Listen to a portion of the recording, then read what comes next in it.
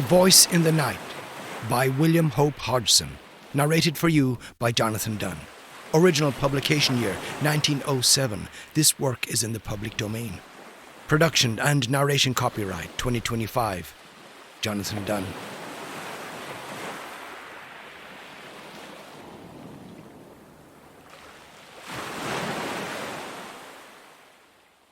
It was a dark, starless night. We were becalmed in the northern Pacific. Our exact position I do not know, for the sun had been hidden away during the course of a weary, breathless week by a thin haze which had seemed to float above us, about the height of our mastheads, at whiles descending and shrouding the surrounding sea. With there being no wind, we had steadied the tiller, and I was the only man on deck. The crew, consisting of 2 men and a boy, were sleeping forward in their den, while Will, my friend, and the master of our little craft, was aft in his bunk on the port side of the little cabin. Suddenly, from out of the surrounding darkness, there came a hail. "Schooner, ahoy!" The cry was so unexpected that I gave no immediate answer because of my surprise. It came again, a voice curiously throaty and inhuman, calling from somewhere upon the dark sea away on our port broadside. "Schooner, ahoy!" "Hello!" I sung out, having gathered my wits somewhat. "Oh, what are you? What do you want?" "You need not be afraid," answered the queer voice, having probably noticed some trace of confusion in my tone. "I am only an old man." The pause sounded oddly, but it was only afterwards that it came back to me with any significance. "Why don't you come alongside, then?"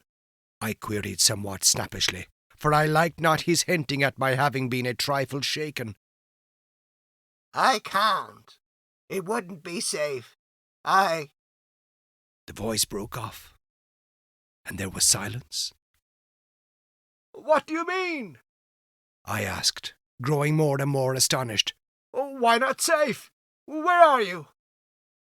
I listened for a moment, but there came no answer, and then a sudden, indefinite suspicion of I knew not what coming to me. I stepped swiftly to the binnacle and took out the lighted lamp. At the same time, I knocked on the deck with my heel to waken Will. Then I was back at the side, throwing the yellow funnel of light out into the silent immensity beyond our rail. As I did so, I heard a slight muffled cry, and then the sound of a splash, as though someone had dipped oars abruptly. Yet I cannot say that I saw anything with certainty, save it seemed to me that with the first flash of the light there had been something upon the waters, where now there was nothing. "Hello there!" I called. "What foolery is this?" But there came only the indistinct sounds of a boat being pulled away into the night. Then I heard Will's voice from the direction of the after scuttle. "What's up, George?" "Come here, Will," I said. "What is it?" he asked, coming across the deck. I told him the queer thing which had happened. He put several questions. Then, after a moment's silence, he raised his hands to his lips and hailed, "Boat, ahoy!" From a long distance away there came back to us a faint reply, and my companion repeated his call. Presently, after a short period of silence, there grew on our hearing the muffled sound of oars, at which Will hailed again. This time there was a reply. "Put away the light." "I'm damned if I will," I muttered, but Will told me to do so as the voice bade, and I shoved it down under the bulwarks. "Come nearer," he said, and the oar strokes continued. Then, when apparently some half-dozen fathoms distant, they again ceased. "Come alongside," exclaimed Will. "There's nothing to be frightened of aboard here." "Promise that you will not show the light." "What's to do with you?" I burst out. "That you're so infernally afraid of the light?" "Because," began the voice, and stopped short. "Because what?" I asked quickly. Will put his hand on my shoulder. "Shut up a minute, old man," he said in a low voice. Let me tackle him. He leant more over the rail. See here, mister, he said. This is a pretty queer business, you coming upon us like this, right out in the middle of the blessed Pacific. How are we to know what sort of a hanky-panky trick you're up to? You say there's only one of you. How are we to know unless we get a squint at you, eh? What's your objection to the light anyway? As he finished, I heard the noise of the oars again, and then the voice came, but now from a greater distance, and sounding extremely hopeless and pathetic. I'm sorry. I would not have troubled you only. I am hungry, and so is she. The voice died away, and the sound of the oars dipping irregularly was borne to us. Stop! Sung out Will. I don't want to drive you away. Come back. We'll keep the light hidden if you don't like it. He turned to me. It's a damn queer rig, this, but I think there's nothing to be afraid of. There was a question in his tone, and I replied, No, I think the poor devil's been wrecked around here and gone crazy. The sound of the oars drew nearer. Shove that lamp back in the binnacle, said Will. Then he leaned over the rail and listened. I replaced the lamp and came back to his side. The dipping of the oars ceased, some dozen yards distant. Won't you come alongside now? Asked Will, in an even voice. I have had the lamp put back in the binnacle. I cannot, replied the voice. I dare not come nearer. I dare not even pay you for the provisions. That's all right, said Will, and hesitated. You're welcome to as much grub as you can take. Again he hesitated. You are very good, exclaimed the voice. May God, who understands everything, reward you. It broke off huskily. The lady? Said Will abruptly. Is she... I have left her behind upon the island, came the voice. What island? I cut in. I know not its name, returned the voice. I would to God... It began and checked itself as suddenly. Could we not send a boat for her? Asked Will at this point. No, said the voice with extraordinary emphasis. My God, no. There was a moment's pause. Then it added in a tone which seemed a merited reproach. It was because of our want I ventured, because her agony tortured me. I am a forgetful brute, exclaimed Will. Just a minute, wherever you are, and I will bring you up something at once. In a couple of minutes he was back again, and his arms were full of various edibles. He paused at the rail. Can't you come alongside for them? He asked. No, I dare not, replied the voice, and it seemed to me that in its tones I detected a note of stifled craving, as though the owner hushed a mortal desire. It came to me then in a flash that the poor old creature out there in the darkness was suffering for actual need of that which Will held in his arms, and yet because of some unintelligible dread, refraining from dashing to the side of our little schooner and receiving it. And with the lightning-like conviction there came the knowledge that the invisible was not mad, but sanely facing some intolerable horror. Damn it, Will, I said, full of many feelings, over which predominated a vast sympathy. Get a box. We must float off the stuff to him in it. This we did, propelling it away from the vessel, out into the darkness by means of a boat hook. In a minute, a slight cry from the invisible came to us, and we knew that he had secured the box. A little later, he called out a farewell to us, and so heartfelt a blessing that I am sure we were the better for it. Then, without more ado, we heard the ply of oars across the darkness. Pretty soon off, remarked Will, with perhaps just a little sense of injury. Wait, I replied. I think somehow he'll come back. He must have been badly needing that food. And the lady? Said Will. For a moment he was silent. Then he continued. It's the queerest thing ever I've tumbled across since I've been fishing. Yes, I said, and fell to pondering. And so the time slipped away, an hour, another, and still Will stayed with me, for the queer adventure had knocked all desire for sleep out of him. The third hour was 3 parts through, when we heard again the sound of oars across the silent ocean. "Listen," said Will, a low of note excitement in his voice. "He's coming, just as I thought," I muttered. The dipping of the oars grew nearer, and I noted that the strokes were firmer and longer. The food had been needed. They came to a stop in a little distance off the broadside, and the queer voice came again to us through the darkness. "Schooner, ahoy!" "That you?" asked Will. "Yes," replied the voice. "I left you suddenly, but there was great need." "The lady?" questioned Will. "The lady is grateful now on earth. She will be more grateful soon in heaven." Will began to make some reply in a puzzled voice, but became confused and broke off short. I said nothing.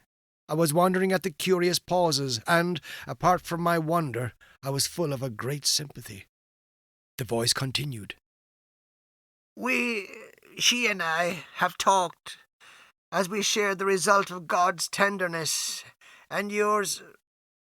Will interposed, but without coherence.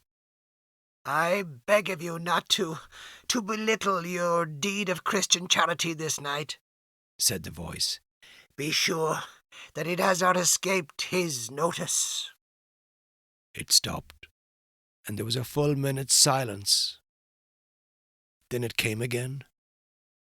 "We have spoken together upon that which has befallen us.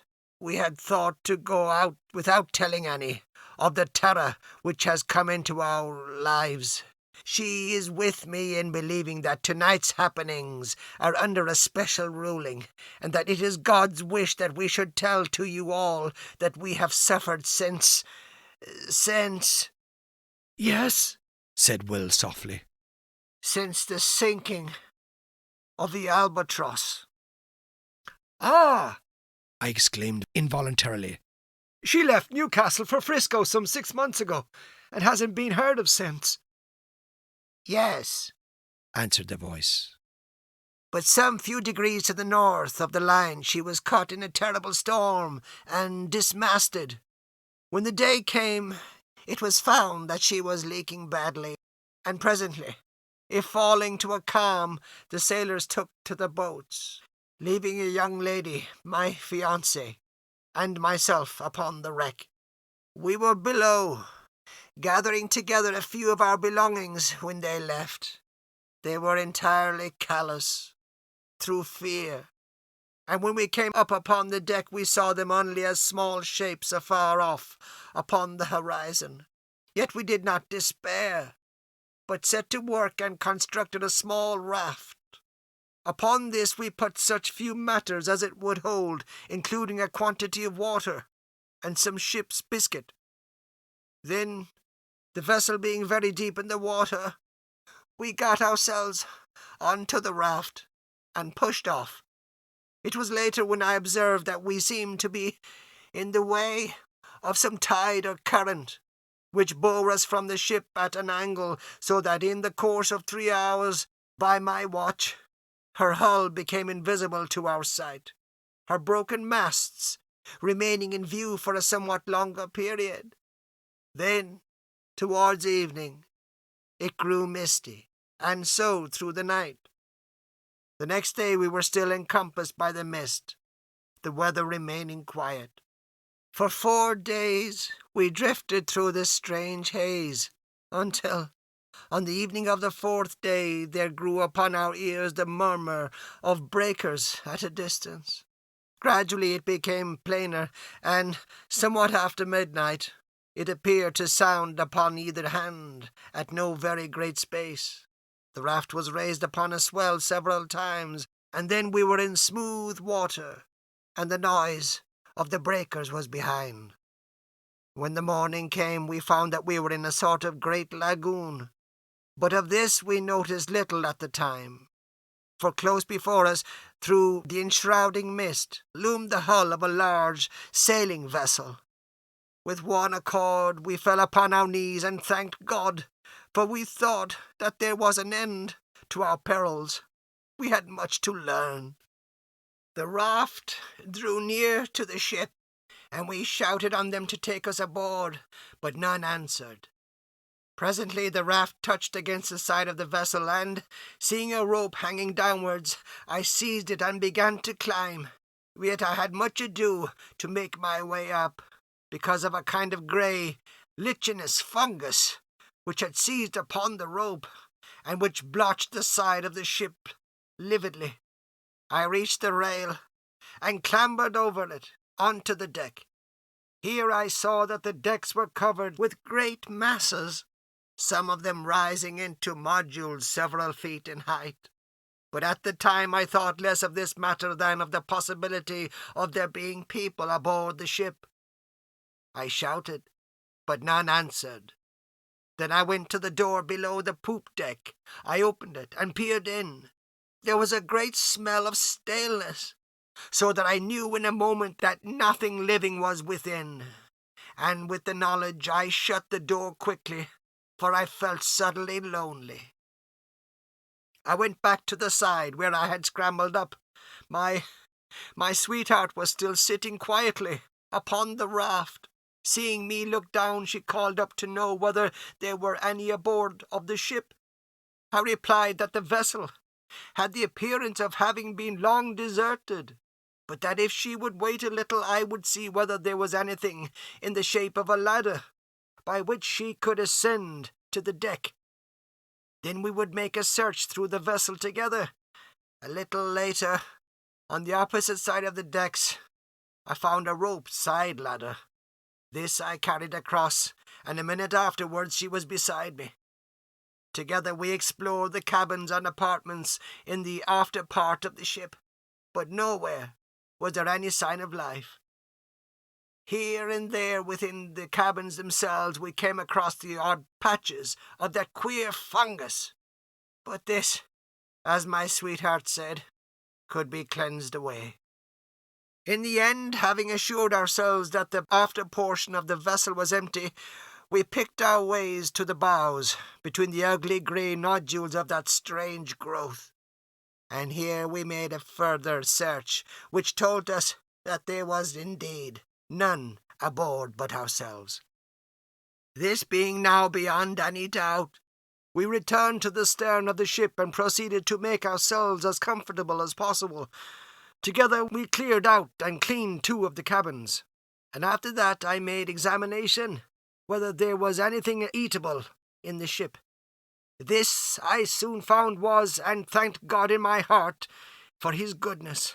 In addition to this, I discovered the whereabouts of the freshwater pump, and having fixed it, I found the water drinkable, though somewhat unpleasant to the taste. For several days we stayed aboard the ship without any attempting to get to the shore. We were busily engaged in making the place habitable, yet even thus early we became aware that our lot was even less to be desired than might have been imagined. For though, as a first step, we scraped away the odd patches of growth that studded the floors and walls of the cabins and saloon, yet they returned almost to their original size within the space of 24 hours, which not only discouraged us, but gave us a feeling of vague unease. Still, we would not admit ourselves beaten, so set to work afresh, and not only scraped away the fungus, but soaked the places where it had been with carbolic, a canful of which I had found in the pantry. Yet by the end of the week the growth had returned in full strength, and, in addition, it had spread to other places, as though our touching it had allowed germs from it to travel elsewhere. On the 7th morning, my sweetheart woke to find a small patch of it growing on her pillow, close to her face. At that she came to me, so soon as she could get her garments upon her.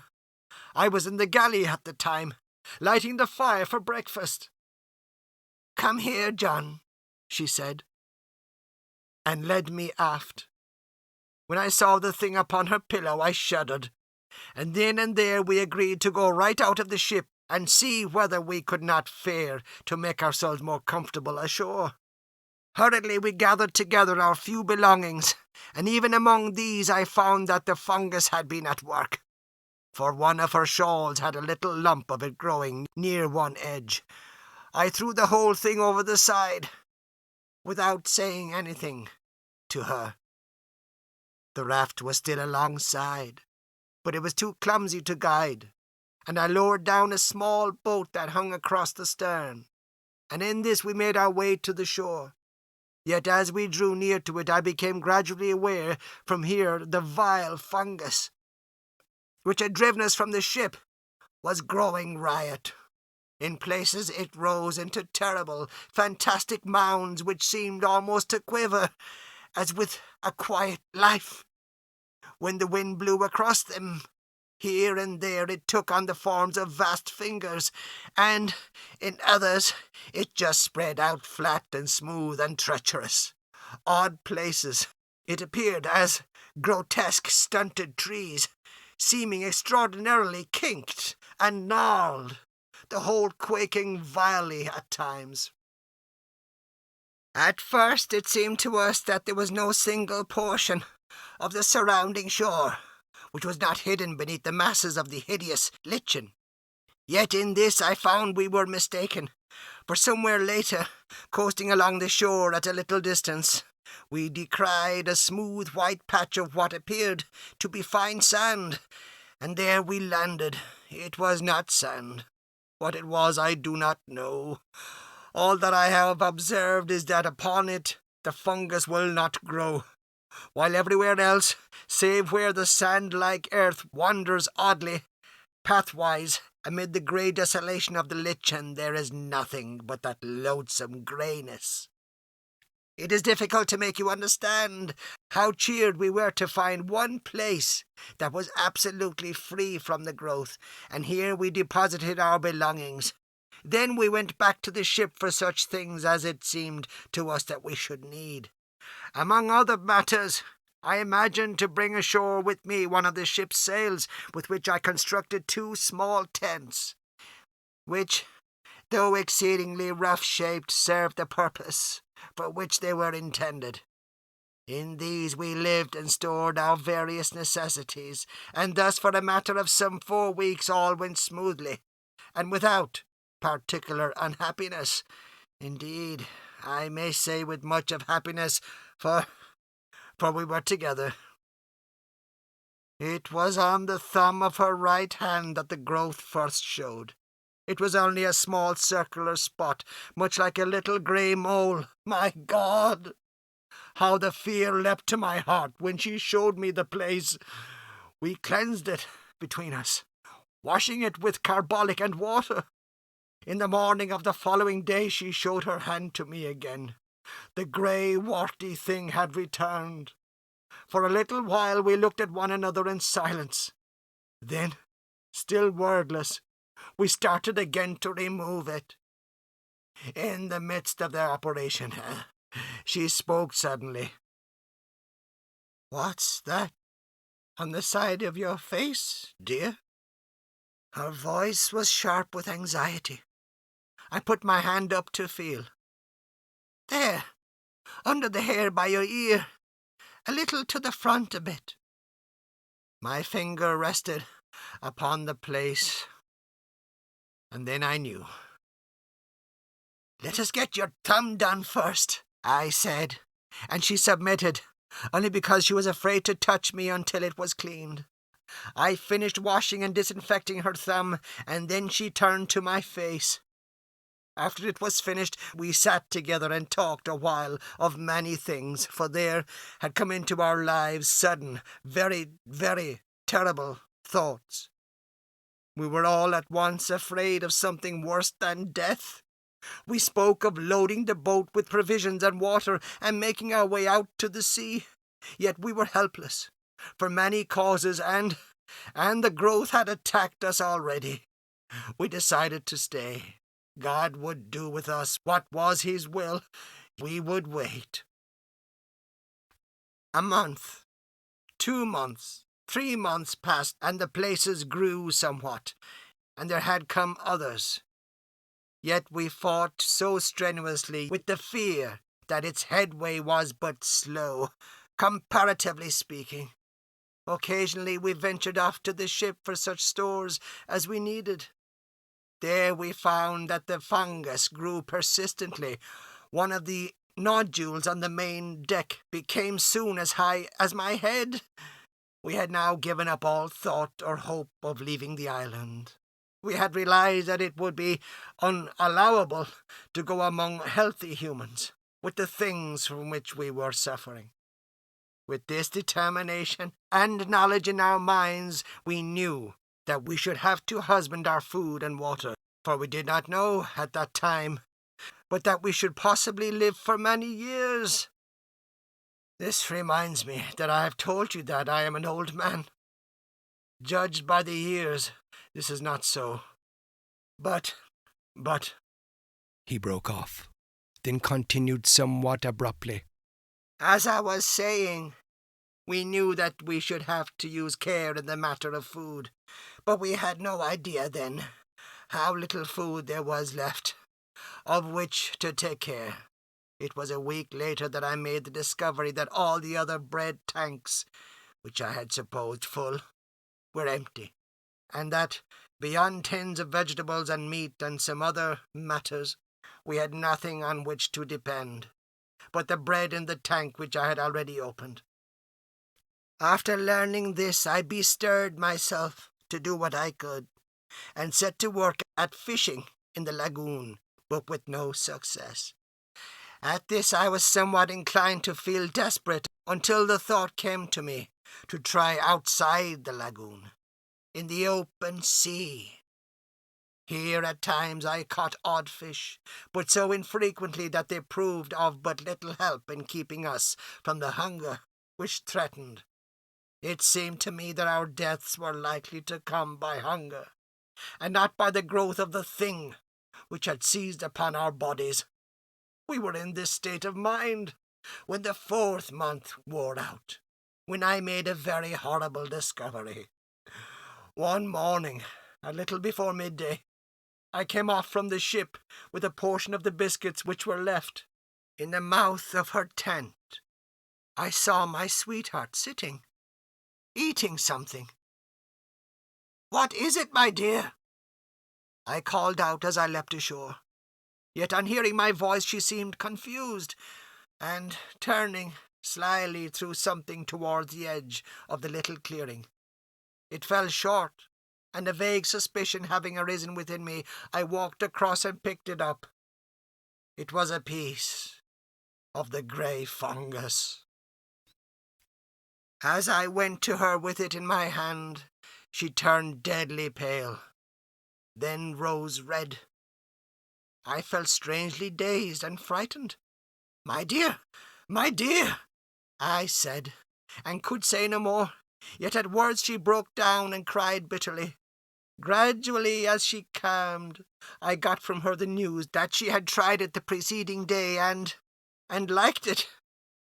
I got her to promise on her knees not to touch it again, however great our hunger. After she had promised, she told me that the desire for it had come suddenly, and that, until the moment of desire, she had experienced nothing towards it but the most extreme repulsion. Later in the day, feeling strangely restless, and much shaken with the thing which I had discovered, I made my way along one of the twisted paths formed by the white, sand-like substance, which led among the fungoid growth. I had, once before, ventured along there, but not to any great distance. This time, being involved in perplexing thought, I went much further than hitherto. Suddenly I was called to myself by a queer, hoarse sound on my left. Turning quickly, I saw that there was movement among an extraordinarily shaped mass of fungus, close to my elbow. It was swaying uneasily, as though it possessed life of its own. Abruptly, as I stared, the thought came to me that the thing had a grotesque resemblance to the figure of a distorted human creature. Even as the fancy flashed into my brain, there was a slight sickening noise of tearing, and I saw that one of the branch-like arms was detaching itself from the surrounding grey masses and coming towards me. The head of the thing, a shapeless grey ball, inclined in my direction. I stood stupidly, and the vile arm brushed across my face. I gave out a frightened cry and ran back a few paces. There was a sweetish taste upon my lips where the thing had touched me. I licked them and was immediately filled with an inhuman desire. I turned and seized a mass of the fungus. The more and more I was insatiable. In the midst of devouring, the remembrance of the morning's discovery swept into my mazed brain. It was sent by God. I dashed the fragment I held to the ground.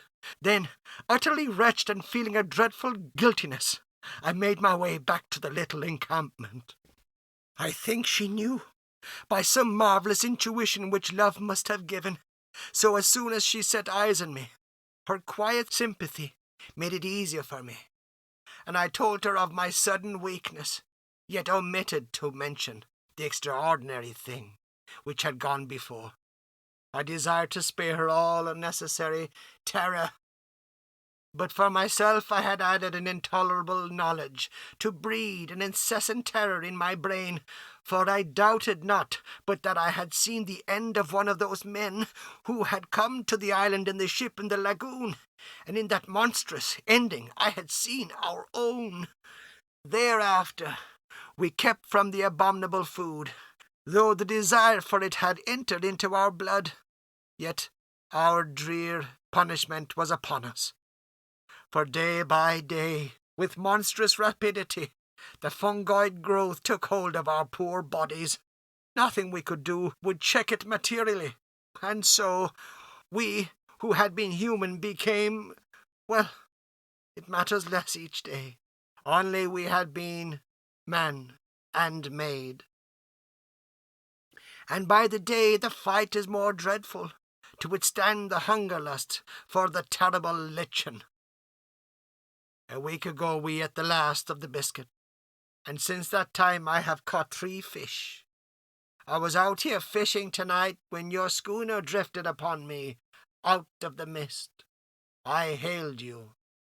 You know the rest, and may God, out of his great heart, bless you for your goodness to a couple of poor outcast souls.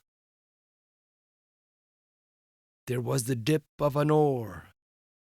Another.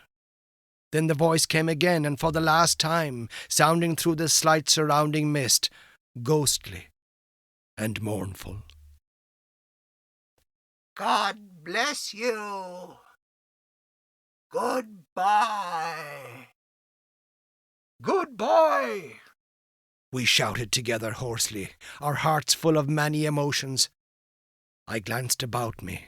I became aware that the dawn was upon us. The sun flung a stray beam across the hidden sea, pierced the mist dully, and lit up the receding boat with a gloomy fire. Indistinctly I saw something nodding between the oars. I thought of a sponge, a great grey nodding sponge. The oars continued to ply. They were grey, as was the boat, and my eyes searched a moment vainly for the conjunction of hand and oar. My gaze flashed back to the head. It nodded forward as the oars went backward for the stroke. Then the oars were dipped. The boat shot out of the patch of light, and the thing went nodding into the mist. The end.